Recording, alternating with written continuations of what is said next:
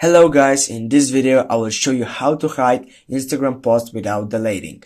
Instagram lets you hide photos from your feed without deleting them. You can simply archive posts that you want to hide from your feed.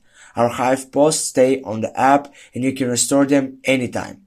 Let's get started without priority. Now guys, select the profile page. Then you need to choose the photo that you want to hide it.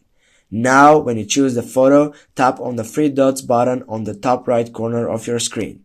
Then select Archive. Now go back, and if you want to know where the photo is, you need to select the third section of the right button. Then select Archive. Now on this you will first see Story Archive, which is a history of all your stories on Instagram. Tap on the drop down button and select Post Archive on this button.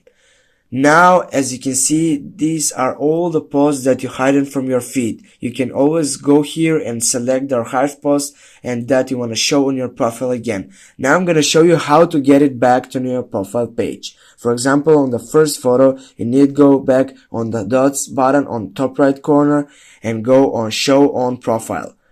Now go back on your profile, take a refresh, and as you can see, we have totally the back photo on your page. Thank you so much for watching.